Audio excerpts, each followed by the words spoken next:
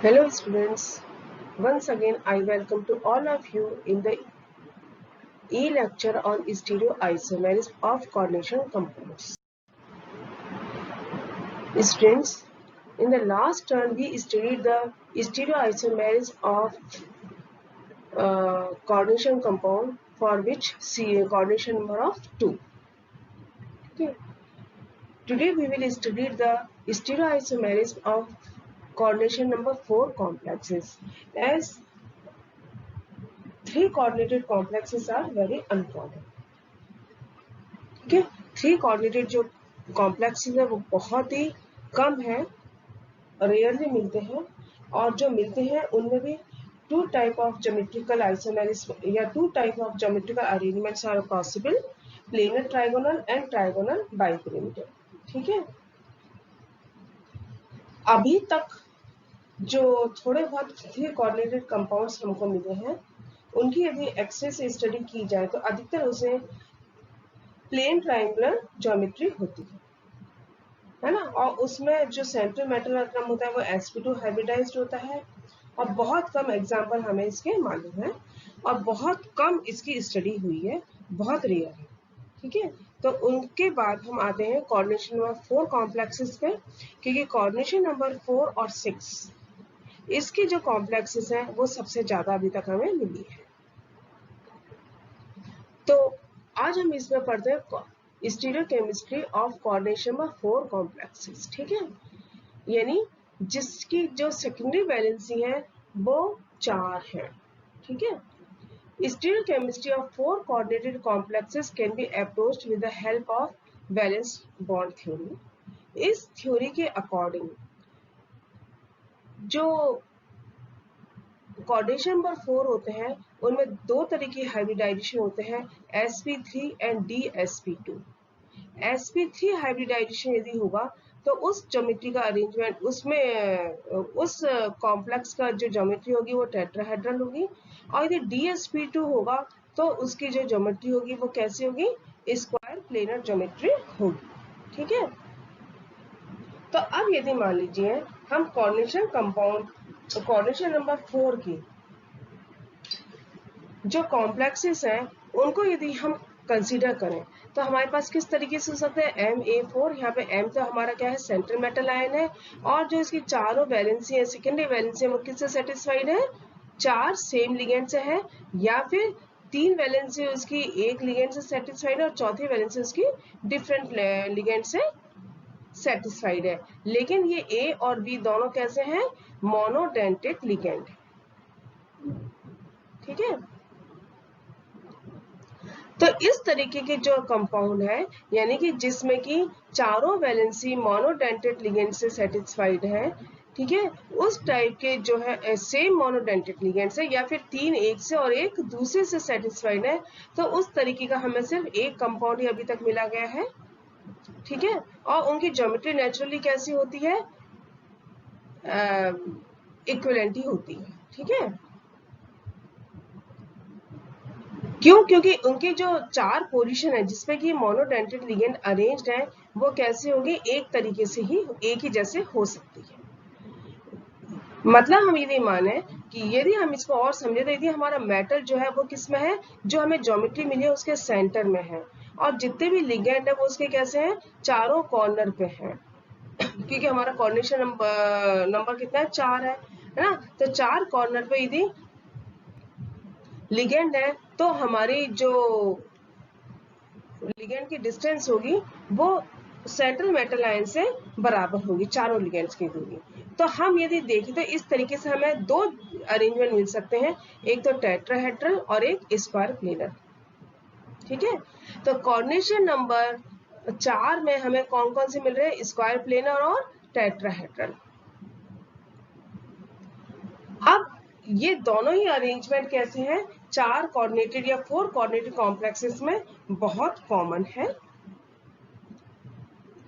अब यदि हम देखें कि इनमें से भी हमारे पास टेट्राहेड्रल और स्क्वायर प्लेनर में से भी हमारी जो स्क्वायर प्लेनर ज्योमेट्री है वो ज्यादा कॉमन है बजाय किसके, टेट्राहेड्रल अरेंजमेंट के लिए. टेट्राहेड्रल अरेंजमेंट जो है वो 3 प्रकार के मेटल आयन बना सकते हैं। या तो वो मेटल आयन जिनका के अरेंजमेंट कैसा हो, नोबेल गैसेस के समान हो, ठीक है, जैसे कि 1s2 या NH2 NP6। सेकंड क्या है, ऐसे आयन या ऐसे मेटल आयन जिनका इलेक्ट्रॉनिक कॉन्फ़िगरेशन कैसा हो, pseudo electronic pseudo inert gas जैसा हो, या तो इनर्ट गैस जैसा हो या फिर सूडो इनर्ट जैसा हो, जैसे NH2 NP6 ND10 या ND10, यानी जिनके आउटर मोस्ट ऑर्बिटल में कितने होंगे, 18 इलेक्ट्रॉन होंगे, ठीक है। या फिर ऐसे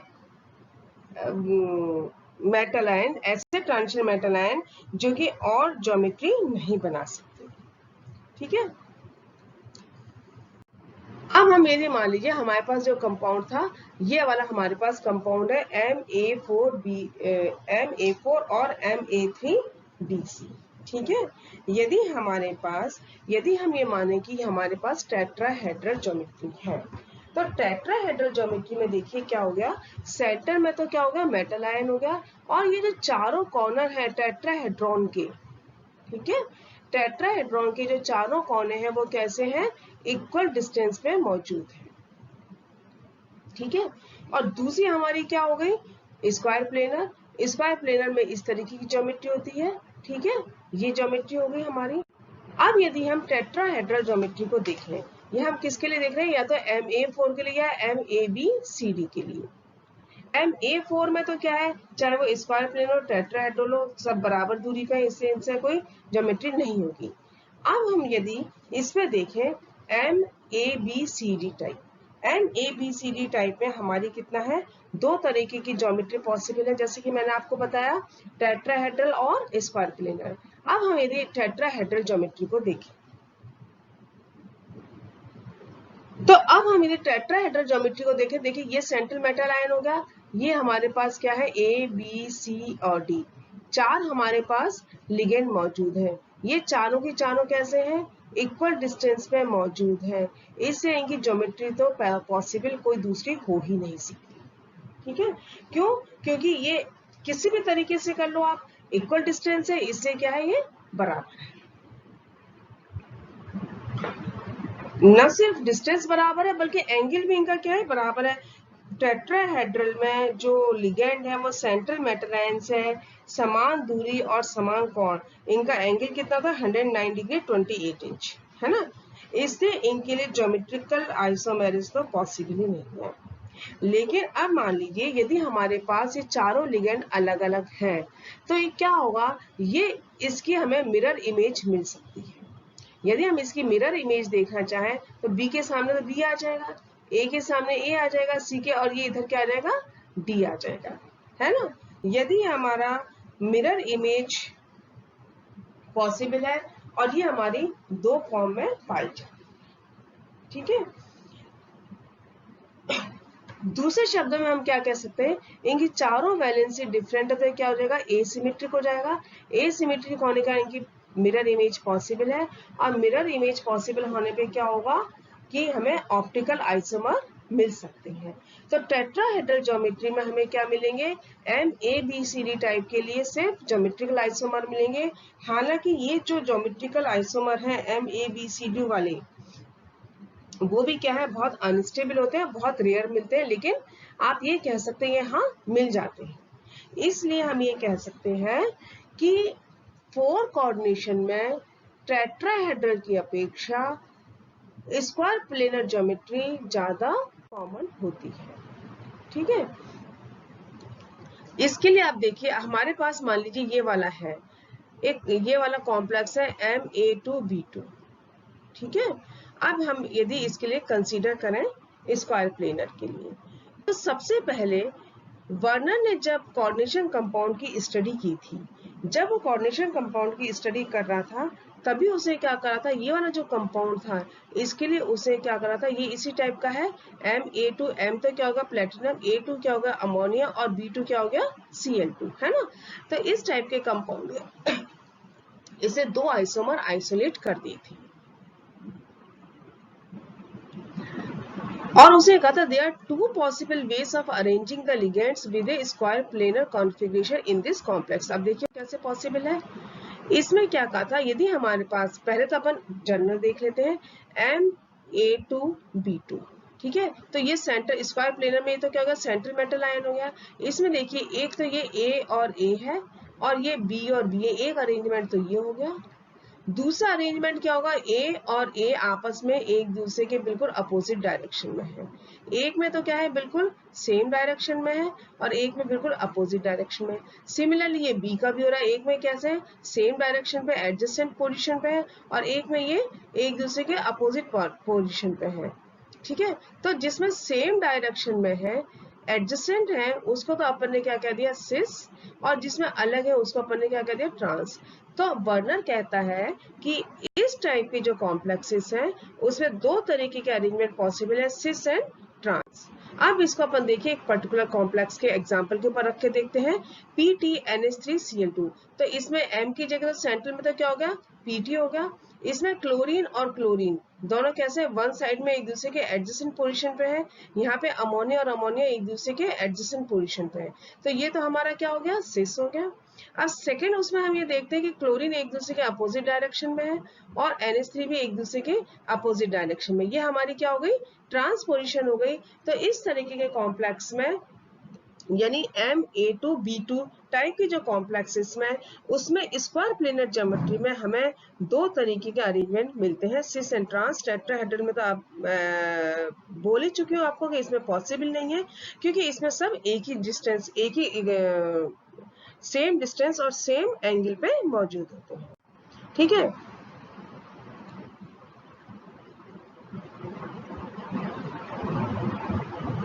अब मान लीजिए हमारे पास यदि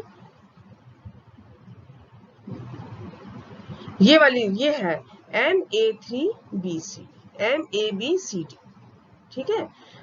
जैसे कि अभी अपन ने किस में देखा था, स्क्वायर प्लेनर में देखा था कि MABCD में पॉसिबल है। अब हमारे पास मान लीजिए MABCD टाइप के कॉम्प्लेक्सेस हैं। तो MABCD में क्या है, हम क्या कर सकते हैं कि हर लिगेंड को एक दूसरे के अपोजिट डायरेक्शन में, यदि हम मान लीजिए एक लिगेंड की पोजीशन तो हमने क्या करा, यहाँ पे फिक्स कर दी, और इसके ट्रांस पोजीशन पे हम बाकी तीनों लिगेंड को चेंज करते जाए, यानी एक बार C को रख दें, एक बार B को रख दें, और एक बार D को रख दें। तो MABCD टाइप के यदि हमारे पास कॉम्प्लेक्सेस हैं, ठीक है, 4 कोऑर्डिनेटेड है, लेकिन जिसमें चारों लिगेंड कैसे हैं, मोनोडेंटेड, चारों लिगेंड डिफरेंट है। तो उसमें टेट्राहेड्रल ज्योमेट्री में तो मैंने आपको बता ही दिया कि ज्योमेट्रिकल आइसोमेरिज्म पॉसिबल नहीं है, लेकिन ऑप्टिकल आइसोमेरिज्म पॉसिबल है। यहाँ पे हमें स्क्वायर प्लेनर में कैसे होगा, हमने एक लिगेंड को फिक्स कर दिया, फिर एक बार हमने क्या करा, C को दूसरे लिगेंड को, फिर उसके बाद इसके ट्रांसपोजिशन में फिर हमने दूसरे लिगेंड को चेंज कर दिया, और फिर ट्रांसपोजिशन में हमने और तीसरे लिगेंड को चेंज कर दिया। तो हमारे पास इसके 3 कॉन्फ़िगरेशन मिल जाएंगे। एग्जाम्पल देखिए हमारे पास एग्जाम्पल है प्लेटिनम। तो इसमें हमारा क्या है, मेटल आयन है, एक लिगेंड हमारे पास पिरीडीन है, एक हमारे पास अमोनिया है, एक हमारे पास ब्रोमीन है, और एक हमारे पास क्लोरीन है। MABCD टाइप के हमारे पास कॉम्प्लेक्स हो गए। अब हमने क्या करा, यहाँ पे प्लेटिनम को सेंटर में रखा, पिरीडीन को हमने इधर रख दिया, मान लीजिए स्क्वायर प्लेनर के एक कोने में रख दिया। एक बार तो हमने क्या करा, उसके ट्रांसपोजिशन पे किसको रखा, NH3 को रखा। एक बार हमने उसके ट्रांसपोजिशन में किसको रखा, Cl को रखा। एक बार हमने उसके ट्रांसपोजिशन में किसको रखा, ब्रोमीन को रखा। तो इस टाइप के कॉम्प्लेक्स में 3 आइसोमर पॉसिबल, ठीक है। अब ये तो हमारे हो गए मोनोडेंटेड लिगेंड। अब what about bidentate ligand. Bidentate ligand क्या होते हैं, जो कि द्विदंतक, जिसको आप हिंदी में बोलते हो, जो कि दो तरफ से मेटल आयन के साथ बॉन्ड बना सकते हैं। तो इसमें भी देख लीजिए, no isomer are possible for square planar complexes of the type MAA2B2, MAAB2, MAABC and MAA2। इनके साथ कोई भी आइसोमर पॉसिबल नहीं है। जहां पे हमारा A और A क्या है, ये एक बाइडेंटेड लिगेंड है, ठीक है, क्यों? क्योंकि ये जो बाइडेंटेट लिगेंड है ये हमेशा सिस पोजीशन को ही एक्वायर करते हैं, सिस पोजीशन पे ही रहेंगे। तो सिस पोजीशन पे रहने के कारण क्या होता है, देखिए ये हमारा सेंट्रल मेटल आयन है। अब हमारा पहले क्या है, MAAB2। बच्चों ये थोड़ा सा गलत हो गया, बी नहीं ये ए आएगा, ठीक है। तो इसको आप देख लीजिएगा, ये बी नहीं ए ही आएगा। हमारा ए और ए, ये देखिए इस वाले इसमें मैं बताती हूँ आपको, ये हमारा क्या है, बाइडेंटेट लिगेंड है। बाइडेंटेट लिगेंड हमेशा क्या करेंगे, सिस पोजीशन को ही एक्वायर करेंगे। यहाँ पे भी देख लीजिए, सिस पोजीशन को ही एक्वायर करेंगे। जब ये सिस पोजीशन को एक्वायर करेंगे, ठीक है, तो बी और सी, यदि मान लीजिए सी इधर हो या बी इधर हो, कोई फर्क ही नहीं पड़ता। यदि सी इधर है तो भी इसके ट्रांसपोजिशन पे है, यदि बी इधर है तो भी इसके ट्रांसपोजिशन पे है। यदि मान लीजिए सी इधर हो तो भी ए के ट्रांसपोजिशन पे, बी इधर हो तो भी ट्रांसपोजिशन पे है। सिमिलरली मान लीजिए ये भी ए है, यहाँ पे गलत हो गया थोड़ा सा, I am really very sorry for that. आप इसको देख लीजिए, ए ही आएगा। यदि यहाँ पे भी ए और ए हो तो बी और बी इनमें से इसी पोजीशन पे होंगे, उनके पास और कोई ऑल्टरनेट ही नहीं है। जब और कोई ऑल्टरनेट नहीं है तो यही अरेंजमेंट पॉसिबल है। इसलिए इस तरीके की जो बाइडेंटेट लिगेंड है जिसमें दोनों मोनोडेंटेट, मतलब दोनों जो डोनर एटम है वो सेम है, ए मींस बाइडेंटेट लिगेंड है, लेकिन इसमें डोनर एटम कैसे हैं, सेम है। तो इस तरीके के उसमें कोई भी ज्योमेट्रिकल आइसोमेरिज्म पॉसिबल नहीं है। लेकिन यदि ऐसा हमारे पास कॉम्प्लेक्स है, ऐसे जिसमें कि बाइडेंटेट लिगेंड तो है, लेकिन इस बाइडेंटेट लिगेंड में जो डोनर एटम है वो हमारे अलग अलग है। एक मान लीजिए डोनर एटम ए है और एक डोनर एटम बी है ना। जैसे ए वाला तो ऑक्सिलरी कैसे उठ गया, CH3COO और CH3COO, दोनों में क्या है, ऑक्सीजन है। लेकिन ये हमारे पास ग्लाइसिन है, तो ग्लाइसिन में एक तो ऑक्सीजन होगा और एक नाइट्रोजन होगा। इस टाइप की जो कॉम्प्लेक्स है जिसमें कि डोनर एटम दोनों अलग अलग है, तब इसमें क्या होगा, देख लीजिए इसमें दो तरीके की पॉसिबिलिटी है। इसमें क्या है कि दोनों, ये ए भी एक हो गया और ये ए भी, यदि इस तरीके से पॉसिबल है कि एक ए भी, मतलब एक जो लिगेंड है उसमें इस तरीके से यदि मौजूद है, तो दूसरा जो बाइडेंटेट लिगेंड है वो इस तरीके से मौजूद होगा कि एक का जो बी वाला पार्ट है वो पहले वाले के ए वाले के सामने आए, ठीक है।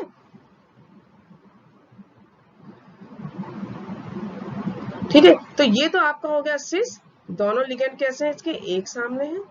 और इसमें क्या होगा, ये जो है इसके जो दूसरा लिगेंड है उसका ए वाला पार्ट इसके ए वाले के बिल्कुल अपोजिट है, तो ये हो जाएगा आपका ट्रांस। यानी कहने का मतलब दो बाइडेंट लिगेंड के यदि दोनों एटम सेम तरफ है तो सिस हो गया, और दोनों एटम आपके डिफरेंट पोजीशन पे है, अपोजिट पोजीशन पे, तो आपका ट्रांस हो गया। इसका एग्जांपल अपन क्या देख सकते हैं, इसका एग्जांपल अपन देख सकते हैं ग्लाइसिन।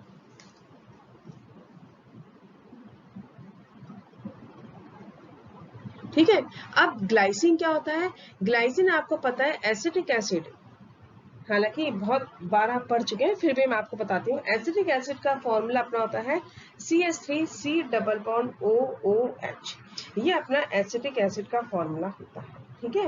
अब इस एसिटिक एसिड का जो स्टार्टिंग वाला है CH3, इस CH3 का एक H यदि अपन NH2 से रिप्लेस करते हैं, यानी ठीक है, अमीनो एसिटिक एसिड जो होगा वो ग्लाइसिन होगा। तो उसमें क्या हुआ, एक तो आपका नाइट्रोजन हो जाएगा डोनर एटम, और एक एसिटिक एसिड मतलब एसिड का O, तो दो हो जाएंगे, एक N और एक O। तो क्या होगा, डोनर एटम डिफरेंट होगा, इससे ये लिगेंड अपना कैसा AB टाइप का हो गया, ठीक है। तो देखिए ये CH3COOH, इसका एक H रिप्लेस किससे हो गया, अमोनिया से रिप्लेस हो गया। उस अमोनिया ने ये क्या करा, NH2 से रिप्लेस हो गया, और इस नाइट्रोजन के पास क्या है, लोन पेयर है, ये लोन पेयर किसको देगा, प्लेटिनम को देके डोनेट करके कोऑर्डिनेशन बॉन्ड बना लेगा, ठीक है। दूसरी तरफ आइए ये COOH, H हटा के अपना क्या होगा, O नेगेटिव आ गया, और O नेगेटिव यानी इसके पास ऑक्सीजन के पास लोन पेयर है, ये भी क्या करेगा, प्लेटिनम को डोनेट करके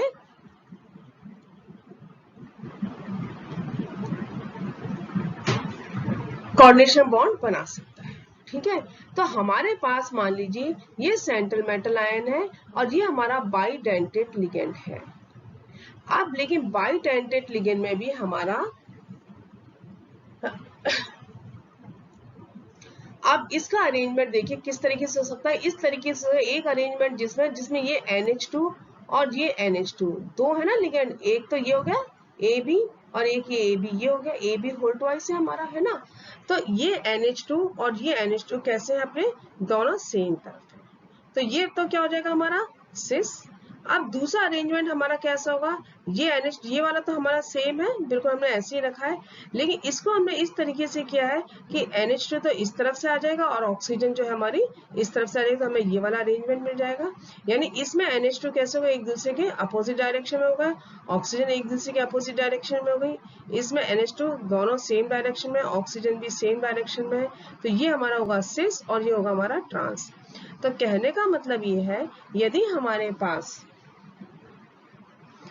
बाइडेंटेट लिगेंड है, बाइडेंटेट लिगेंड में यदि हमारे पास यदि ऐसा लिगेंड मौजूद है जिसमें कि दोनों डोनर एटम सेम है, तो उसमें ज्योमेट्रिकल आइसोमेरिज्म पॉसिबल नहीं है। लेकिन यदि हमारे पास ऐसा लिगेंड है कि जिसमें हमारे दोनों डोनर एटम डिफरेंट है, तो हमारे उसमें दो तरीके के आइसोमेरिज्म सिस और ट्रांस पॉसिबल है। तो बच्चों ये तो थी geometrical isomerism for coordination number 4। ठीक है, इसके आगे का हम नेक्स्ट लेक्चर में पढ़ेंगे। Till then good bye.